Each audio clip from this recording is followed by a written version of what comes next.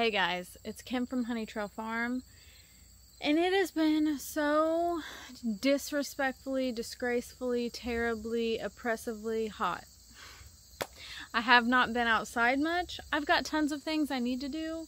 And actually I was going to shoot a different video, but I think I'm just gonna walk around and see what herbs talk to me, and I'll tell you about them. I do have in mind I need to gather goldenrod to make a tincture and maybe dry it for tea. It's late August here, late summer. Na na na na. So sad. But there are lots of things that we could be gathering right now to help us for the cold and flu season, which is upon us. But not me, because my children don't go to school. But they did before, and let me tell you, every single time they came back with something gross and gave it to me. So if that's the case for you, let me help you. I like to call this little number, how crazy can I make my neighbors think I am? If you live by me and you see me looking at something in like the ditch along the side of the road, mind your own business. I just think that it's so interesting knowing that all of these plants have been around me for my entire life, and I've never seen them.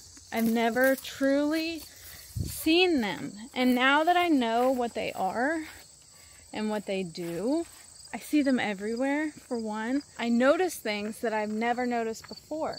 Now, this is what I'm after. This is goldenrod. But this goldenrod is right next to this farm field that uses tons of heavy chemicals. So do I want to harvest that goldenrod? No. Would I harvest it if it was the only option I had? Probably. So I like to use the good, better, best mentality on everything in my life, because I'm not gonna lie, a lot of times in my life I've been held back because I want to do it perfect, and I think that a lot of things that we're trying to do are just better if we just do them, because we can wait and wait and wait on the perfect scenario, and believe me, I'm as guilty as anybody. I like things the way that I like it a lot of times, and I will wait on those perfect stars to align. And you know what? A lot of times they never do. So just think good, better, best. I'm really happy I planted the second planting of potatoes. They're looking lovely in this evening glow. I can't stay too long because, as you can see, I don't have that much time left, but I've got lots of potatoes, amaranth that may or may not flower, sunflowers that I'm pretty confident will flower. But it's looking beautiful. Let's take a minute, shall we?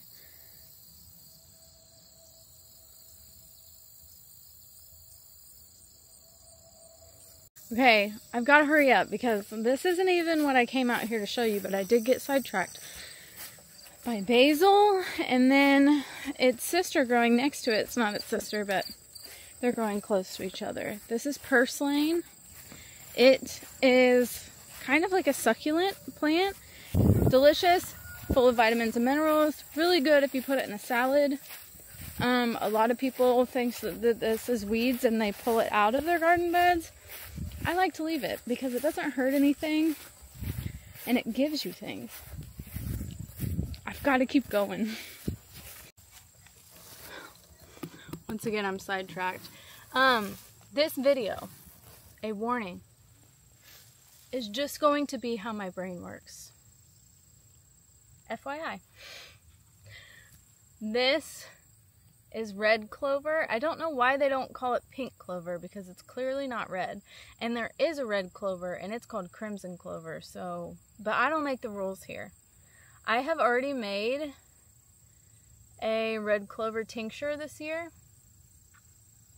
because this stuff was blooming like crazy in July in my hayfield.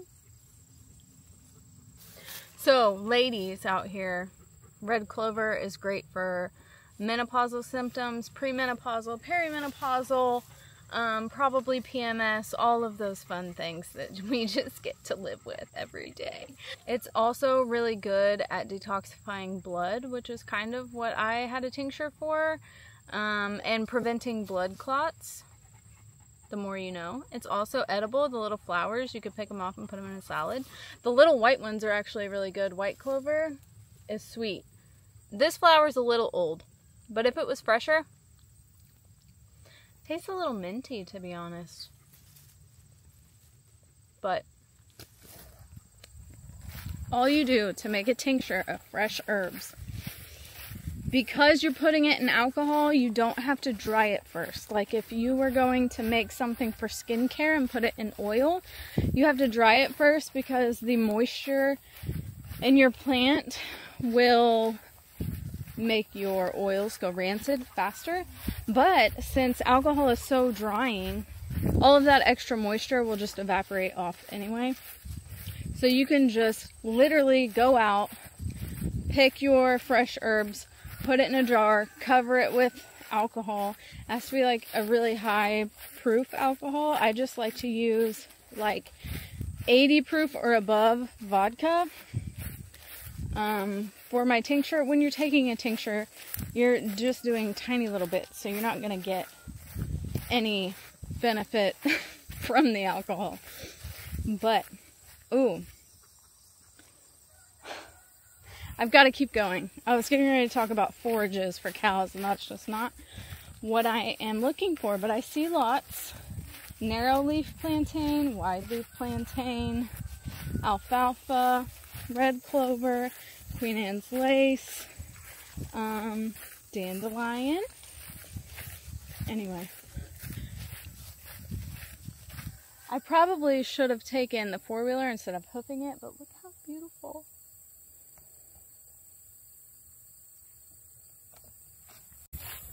In a previous video, I showed you my sea of goldenrod, which is over there. But for the sake of the sun is going down, I'm just going to tell you about it right here, because it's right here. Ooh, and she's covered in little beetles. Beat it, beetle.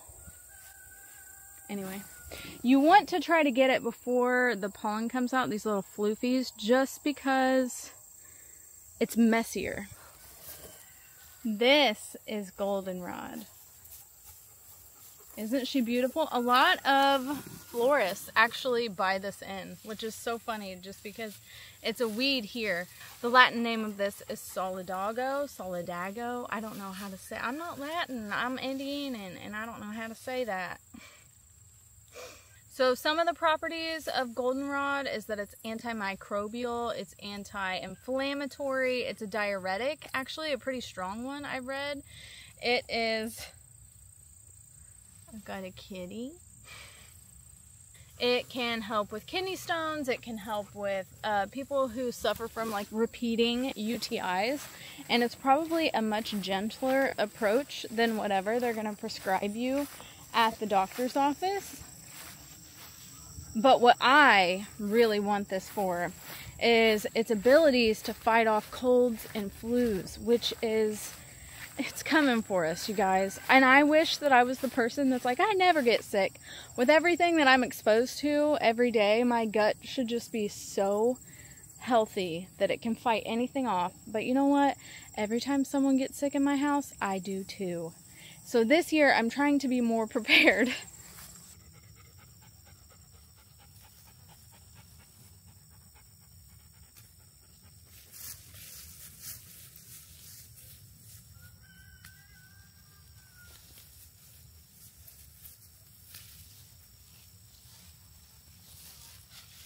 I think this will be God's plenty. Goldenrod is actually also a powerful decongestant, so any of that yucky, snotty, chesty, anything of that sort, it's going to help your body break it up and flush it out. Fun fact, goldenrod contains a compound called quercetin, and I knew I had seen that word before, and onions contain quercetin. So you know, like the old school, you smash up an onion, you heat it up, you put it, like wrap it up and put it on your chest as a decongestant. quercetin. That's what you're looking for here. So goldenrod also contains that compound that helps break everything down and flush it out. So that helps it act as an antihistamine, antioxidant, anti-inflammatory, all of those things that flare up when you are sick. It helps to break them down. Now I'm looking because another item that would pair very well with this, and I also have another, I already have a tincture in the house of it.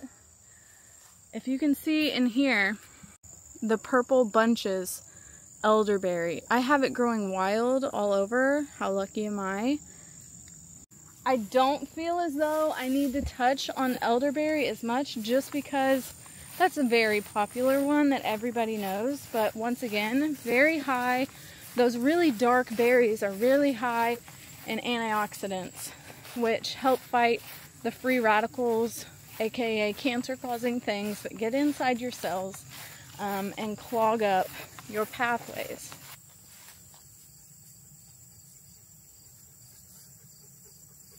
Does this have thorns? Is this a thornless?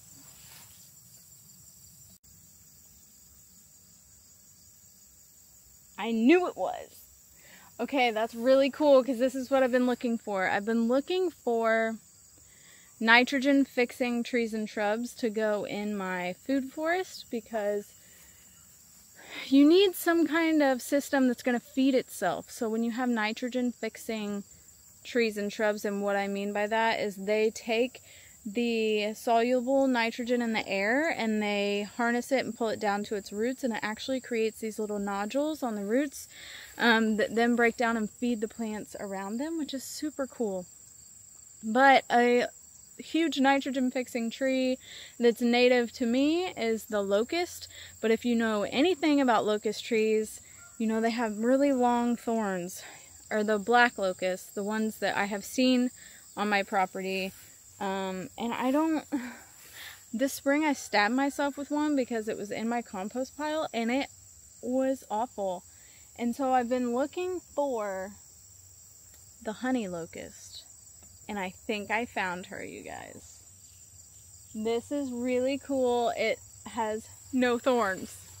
Also, if you didn't know, I'm sure you do know, but if you take a picture of a plant on your phone and you have an iPhone, like I have thousands of these, if you can imagine, and then you click this little eye at the bottom and look up plant, it'll tell you what the plants are, and I need that information up here. I see another plant that I'll touch on that I am going to harvest some of. I'm going to get so much poison ivy.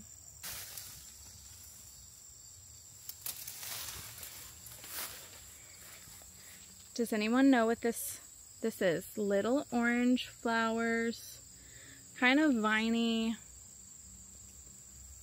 Any takers? This is called jewel weed. So if you are out and about, this grows in many areas. Usually it likes wet feet. So you're going to find it in like ditches, and for me, this drainage ditch that runs through the center of my property. This is called jewel weed, and jewel weed will stop bug bites from itching. Doesn't everybody need that? I need to do more research and see if I can make a salve with this, because that would be the bomb.com, but I'm not sure if the properties get lost, you know, when you heat them up. Sometimes that happens. But like if you are out and you have a mosquito bite or poison ivy itch, crush this up and rub it on you, and it will take the itch out. And I'm going to take this back to the house with me. And I should have drove something or carried a basket. But you know I didn't. This little plant with the white berries that looks like it would be edible, it's not. It's dogwood. Don't eat it. This is why I will take them. They already live here. But this isn't what I prefer. You see the spike on that? And that's a small one. But the locust tree is actually a legume. It makes these big, long pea pods. Looks kind of fun. It's not edible though. It's poisonous, so don't eat them. Don't eat the beans. Forbidden beans.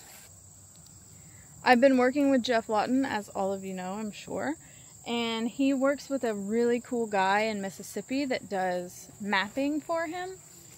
And the maps, the systems, the satellites, the whatever that's available right now could literally blow your mind.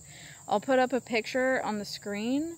But there used to be an old pond in here.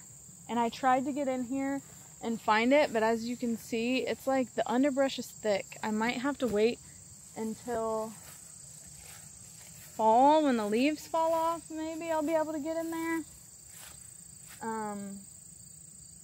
But I'm super excited for what's coming, you guys. I don't even think you're ready for how magical everything is about to get around here. Something that wasn't even on my radar, but I just found it and I should be harvesting it, is, no, this isn't poison ivy. It is a leaf of 3, but you don't have to let it be. This is wild raspberries, and I'm pretty sure everybody has heard of raspberry leaf tea. But once again, an herb that really helps us ladies. So it's really good to take while you're pregnant. Always ask your doctor. I am not a medical professional at all. I just think that plants are really cool. But it's really good for those who are pregnant, will become pregnant, just gave birth, all of those things. It's good for just women in general. It's also full, once again, full of antioxidants.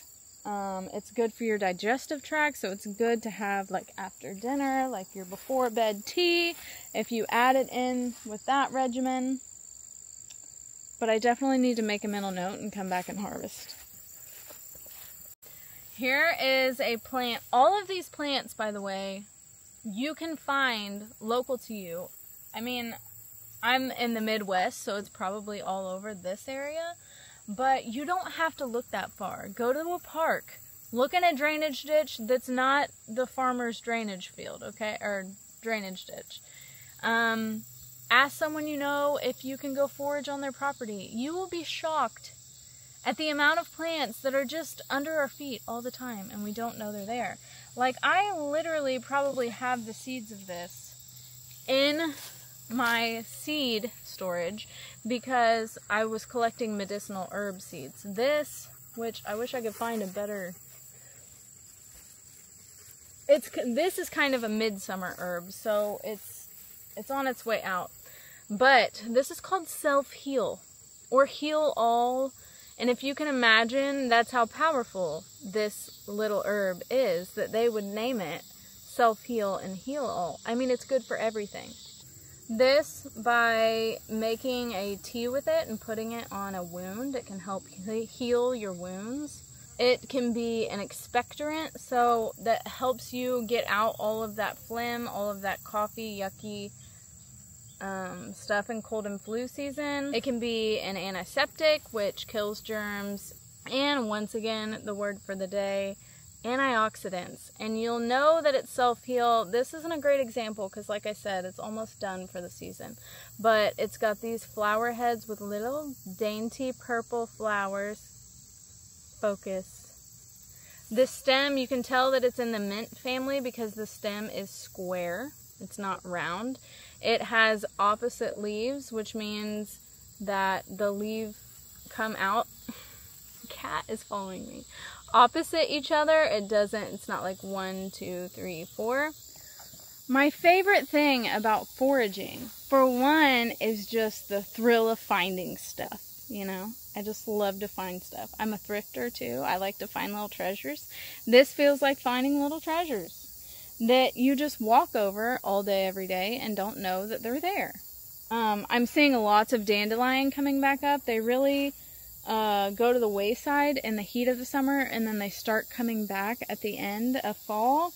And we all know that dandelion, how good dandelion is good for you, and how good dandelion is for you, God, I'm tripping over my words, And before the season's done, I'm going to harvest the roots, because a lot of times the roots are the most powerful part of the plant, because that's what's harnessing all of the energy.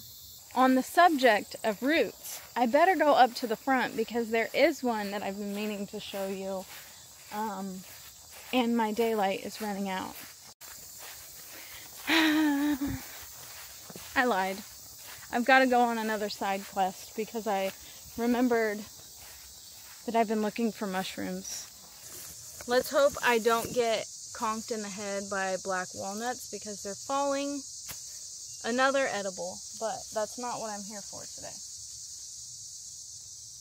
It's not a very large example, and it's on the verge of drying up, but look at this little baby turkey tail. And it has, you can see the pores on the back, maybe. I really need to do more research in mushrooms because I'm really getting into mushrooms, you guys. I bought this book that's really fun and I keep reading it. Turkey tails contain powerful antioxidants. And the big one is turkey tail. There has been extensive studies done, and turkey tail can slow and inhibit the growth of cancer tumors. That's crazy. I guess all the things I was collecting was just for educational purposes because I sat them down in a field of green and I don't know where I sat them.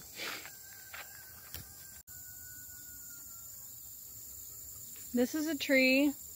It used to be a tree, but it got covered in these wild grapevines. And last year it had tons of fruit on it, and this year there's none. Not that you can do much with the fruit, because it's mostly just the seed and a tiny bit of pulp on the outside. But, of course, the year that I was gonna do something with that, there is none.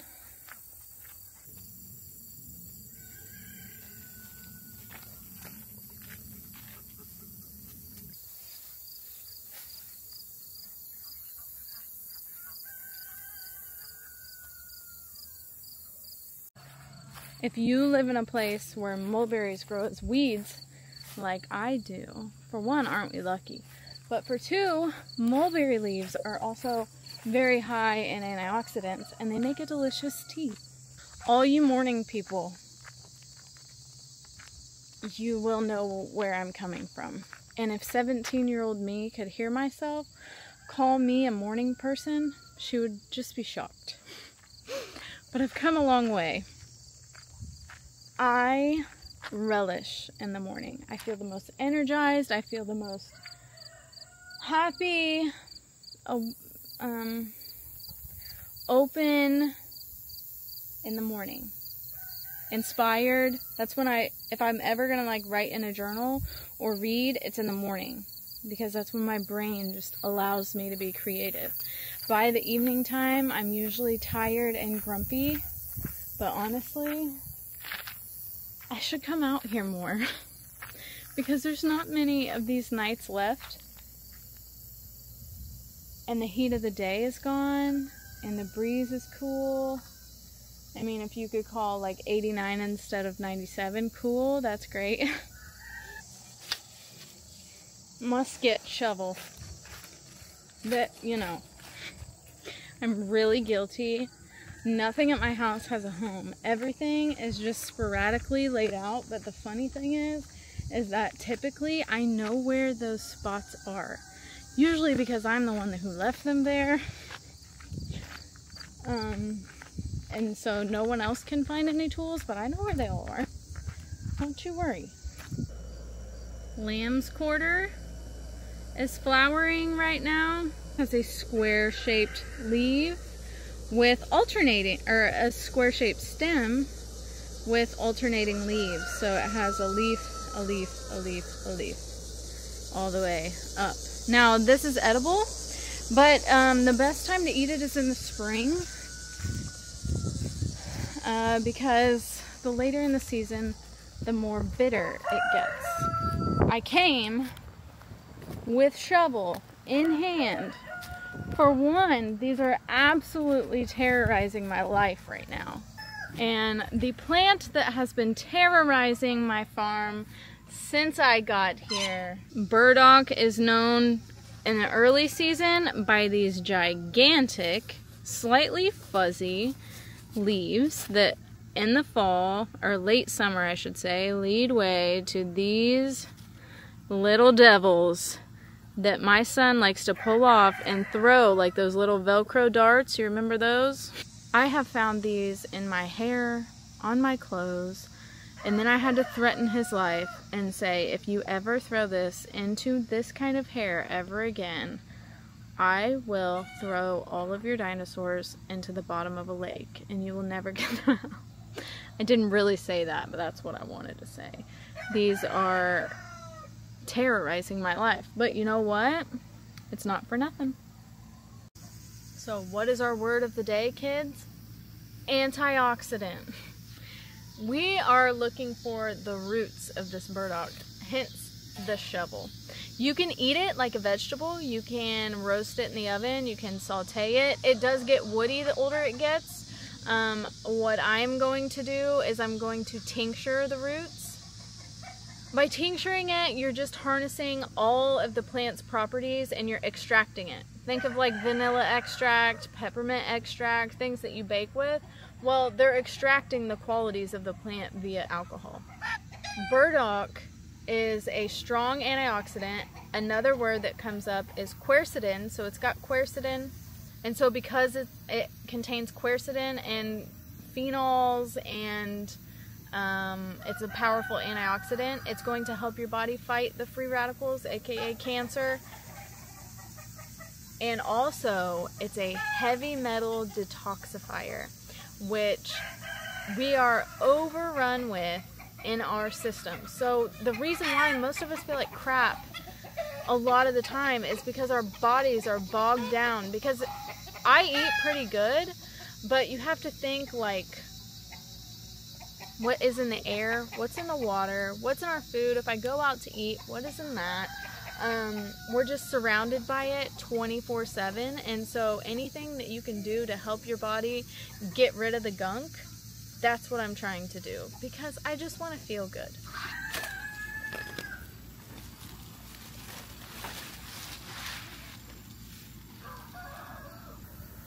Burdock actually has a really long taproot on it, but my ground is so hard, I'm not wearing the appropriate footwear, and I'm running out of light, so I can't dig down that far. But I will take these little 2 baby pieces, but I'm going to come back either tomorrow or very soon with a vengeance and really get to digging. This video was not in any way, shape, or form a tutorial. I did not promise that, and it won't be that. So I am just a girl who loves plants and facts. I like knowing stuff.